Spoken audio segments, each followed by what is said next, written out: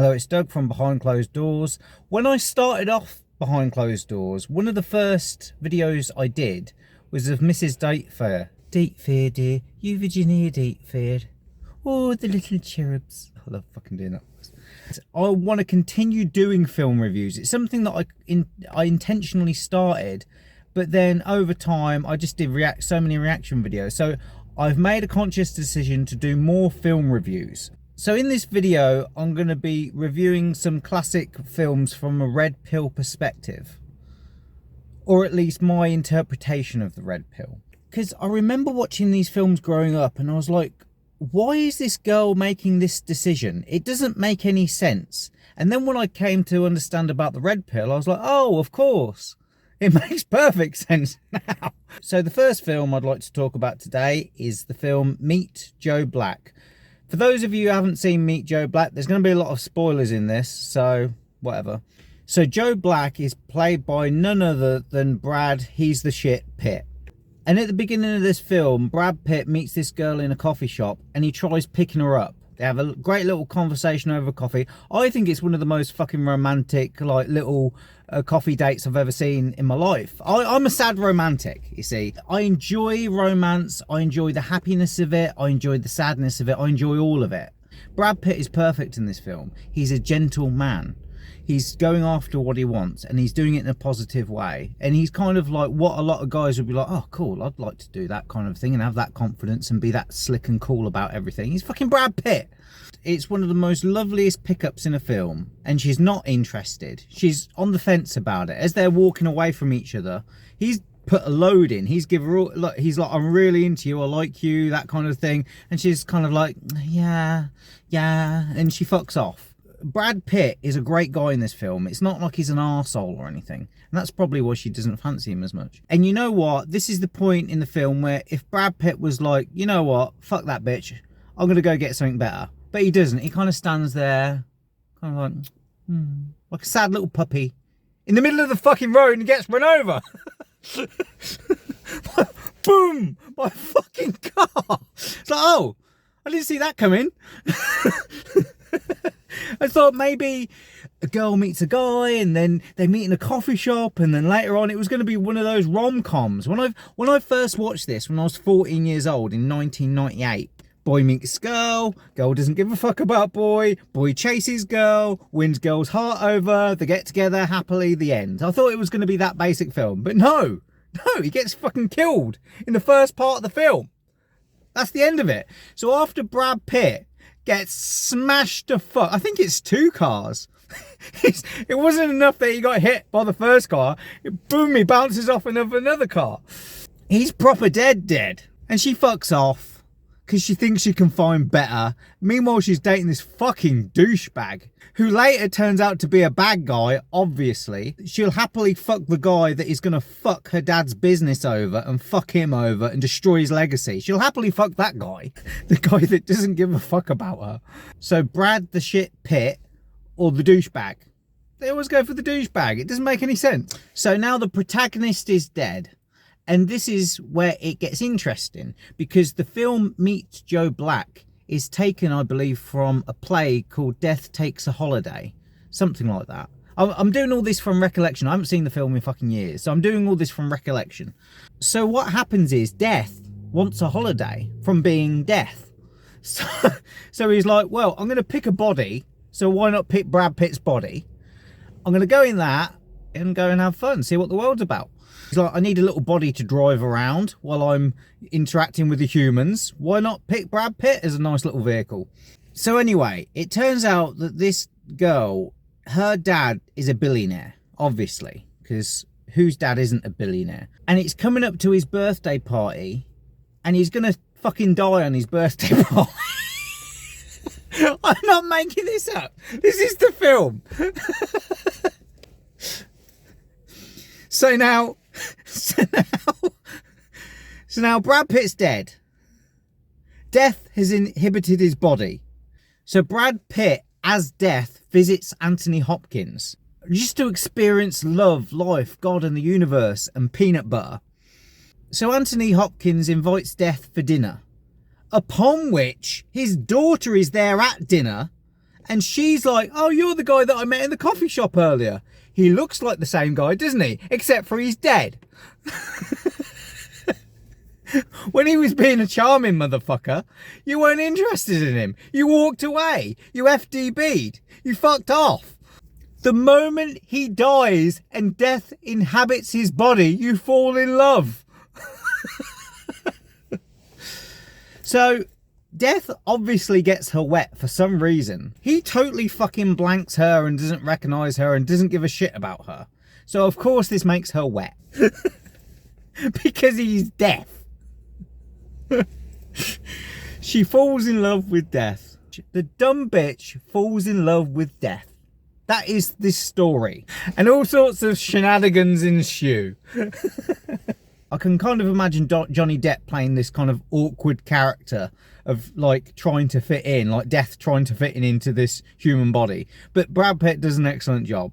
And when I look at him and how he acts and behaves, it's kind of like how I am sometimes. And I can see why people can't relate to me very much, because he doesn't know how to play the game. And in this channel on Behind Closed Doors, I always say that the only winning move is not to play the game. It's something that I got from Patrice O'Neill, who got it from War Games.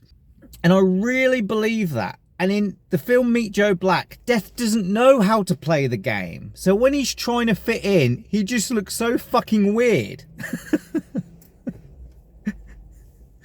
But at the same time, he's cool with it. It looks cool because he's not weird. It's just that everyone else is weird around him because there's weird rituals. So the moment you just act fucking normal and just be curious and try and figure things out, you're not in a judgmental frame and you're open. And that's what's intriguing about him. And when this dumb bitch fucks Death, do you know what she says? Oh, it feels like the first time. He's never fucked a girl before. He's Death. Death usually comes for people to take them away to the other place. He doesn't come along to fuck pussy. You see, Death isn't interested in her. He's interested in everything. He's interested in the fucking chair. He's interested in peanut butter. He's paying attention to everything. He's just pure observation and trying to figure shit out. It's pure curiosity. He doesn't have an ego. He's not trying to be a nice guy and flirt and win people over. He's just being as he is. He's paying attention to what it feels like to be alive. And of course, she's fascinated by this. And all throughout the film, she's making guesses about him. Oh, so you got a wife? You got a girlfriend? Why the fuck are you single? She can't figure him out because this is what I'm saying. He's a blank screen and the woman is projecting her image of what she expects him to be. And when he fails that, because he's not any of those things, she can't figure him out. So now she's intrigued. Now she's fascinated by him. She can't stop thinking about him. She's obsessed with him because she can't figure him out. Because there is nothing to figure out. He's fucking Death. He's dead on the inside. There is no heart. And it doesn't even register with her. Like, she just sees Brad Pitt. She doesn't see the fact that they're completely different people. This is how superficial and superfluous they are. They just see hot guy. Any person in their right mind would think, hang on a minute, the guy that I met this morning in the coffee shop is not the same guy as the one that I'm interacting with right now. There must be twins or something. There must be a double. This is too much of a coincidence. But no, she's like, oh, hi Joe. Like he's the same guy. One man is alive, one man is dead. She fancies the man that is dead, even though he inhabits the same body. And all throughout the film, she is chasing him. He's not chasing her. He's going to her workplace and he's paying attention to her. That's just because he's interested, because he's doing something. He's curious, he's fascinated, but he's not after the pussy because he's not aware that the pussy is a thing. The only way this bitch can feel alive is by fucking Death. It's so fucking ironic. Anyway, so she fucks Death and they're boyfriend and girlfriend now. And then Bill, that's his name, Bill Parrish, Anthony Hopkins, he's like, are you fucking my door? And he's like, maybe. Anyway, I won't go too much into the film because all this other shit and plot lines are going on. It's a very long film. It's a very long, sad, boring, romantic film. I love it. It's not a romantic film as such. It's one of those films that you've got to kind of just sink into because it's like someone stabs you and you're just dying a slow death. That's what it feels like to watch this film. It's like watching Eyes Wide Shut. Just sort of like, oh, bloody hell, where are we going now? It's like right down the rabbit hole. It's not a film you can watch with a bit of popcorn and a mate on a Tuesday night. It's fucking... It's proper red-pilled. So now Death and this billionaire's daughter are now boyfriend and girlfriend. And it's time for Death to go back home. And he's thinking of taking her with him. And Anthony Hopkins, Bill Parrish, is like, no, you're not going to fucking kill my daughter to take her with you. What the fuck is wrong with you, you dumb bastard? Now Bill Parrish is like, what?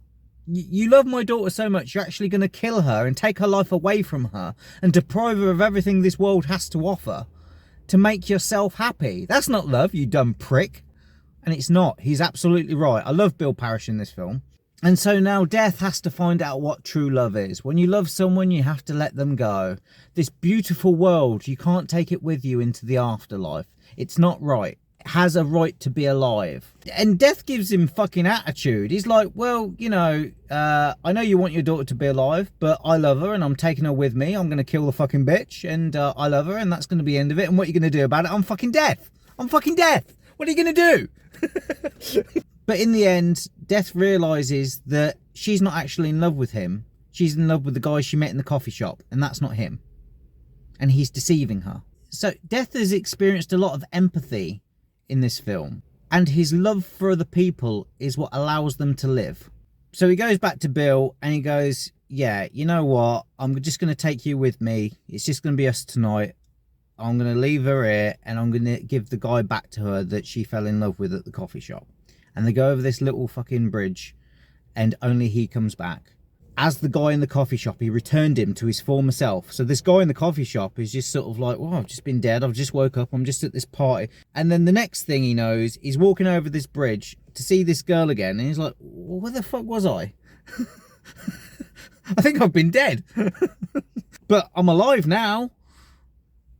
And he's like, oh, let's have a life together. Let's see how it goes. Let's see what happens. And she's like, yeah. Where's Joe? And she's like, oh, yeah, you're the guy from the coffee shop. Where's Death? Like, she longs for Death. And she gets off with this guy because he's got the same body and he's the right guy to settle down with. But she's truly in love with Death. You can just see the pussy dry up. Where's Death? Like, it's so sad. And so she's like, okay, come on then, Joe. And she just, that's the ending. What are we to learn from this? Fuck knows. I've got no fucking idea. But that's my film review.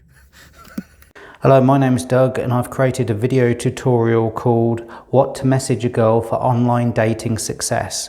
The reason why I've created this product is to help those men out there who are dating online but are not getting the replies or getting the dates that they desire.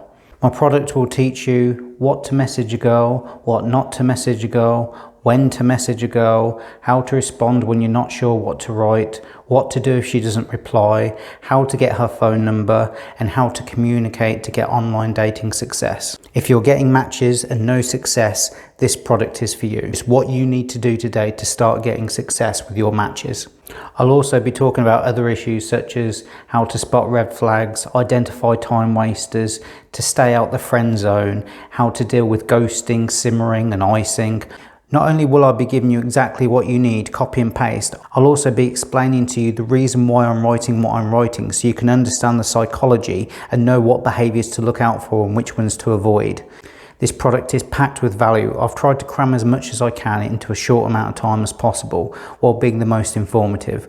If you're a man and you're confused and frustrated with what to text with online dating, this product is the solution for you to get more dates in less time. Click the link in the description box below to buy the product and change your dating life forever.